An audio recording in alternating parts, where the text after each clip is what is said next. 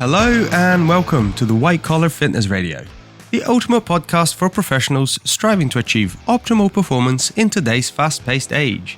I'm your host, Bruno, online body transformation specialist and founder of the Health Coach Fitness. I'm here to help you optimize your health and fitness, even if you're short on time.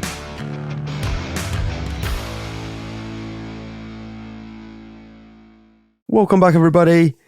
Today we are discussing magnesium. So, to kick things off, what is magnesium and why do we need it? Magnesium is one of your electrolytes. There's obviously different forms you can take magnesium in, but it does in fact perform over 600 reactions in the body, from helping with energy to keeping muscles and your nerves. It basically does a bit of everything in the body. We have a 2015 study by, honestly, I'm not even going to attempt the name, but it's called Magnesium in Man, Implications for Health and Disease. And it found that that magnesium is key for energy production, muscle function, and more.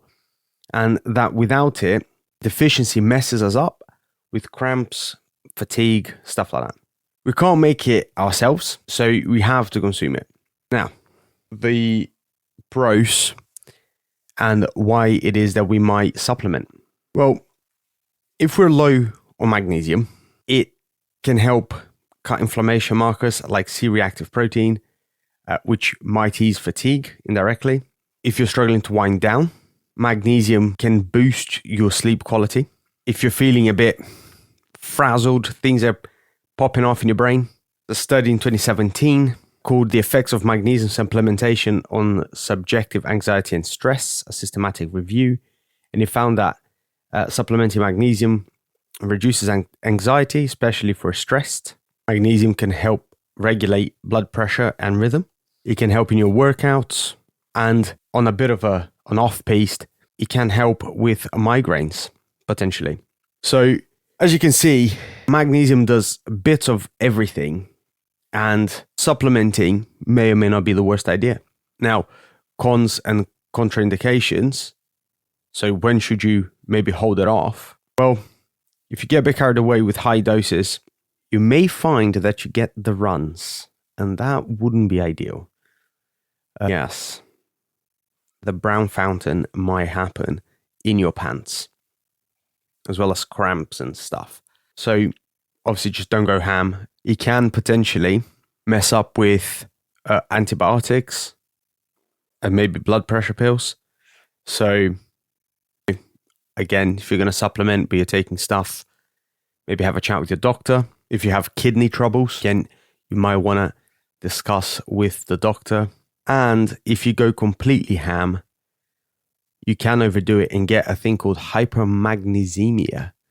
It's very much a mouthful to say, which basically just means you've got too much magnesium in your system.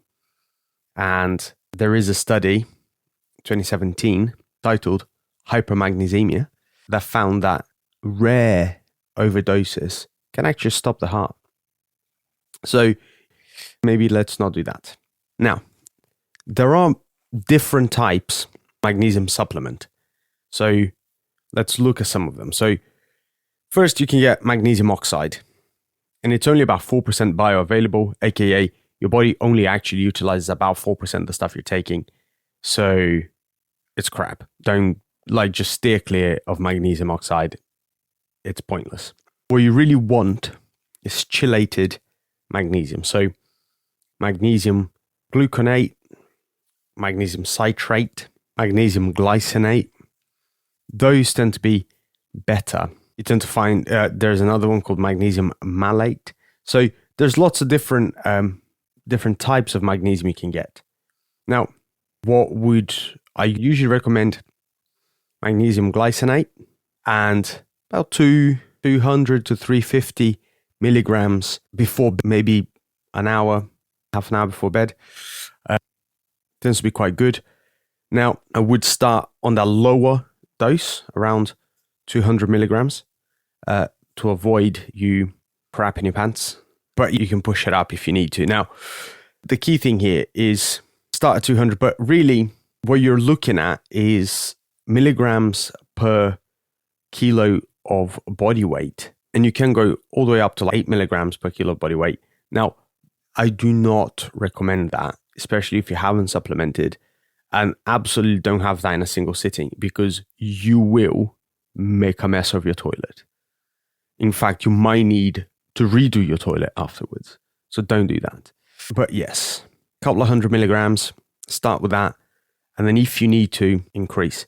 Also, might be a bit of a side tangent here, but worth mentioning, if you can, get a blood test. See if you need to supplement. See what's actually happening. But yes, as an action step, guys, if you feel like I usually recommend magnesium big time for clients who are struggling to sleep above anything else, where we'd normally have a look at.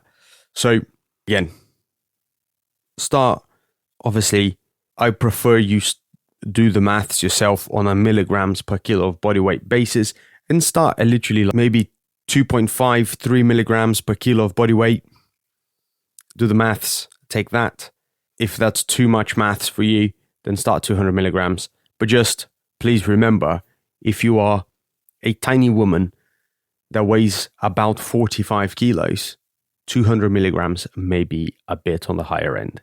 So this is why we do per kilo. Do that. See how you feel about an hour to 30 minutes before you go to bed. And if you find that it helps you out, if you're struggling to sleep, let me know. I look forward to hearing from you guys. Always reach out on Instagram at Bruno Dalladoni. And if you found this somewhat helpful, then always leave us a 5-star review, share it with your friends, and I'll catch you guys next time.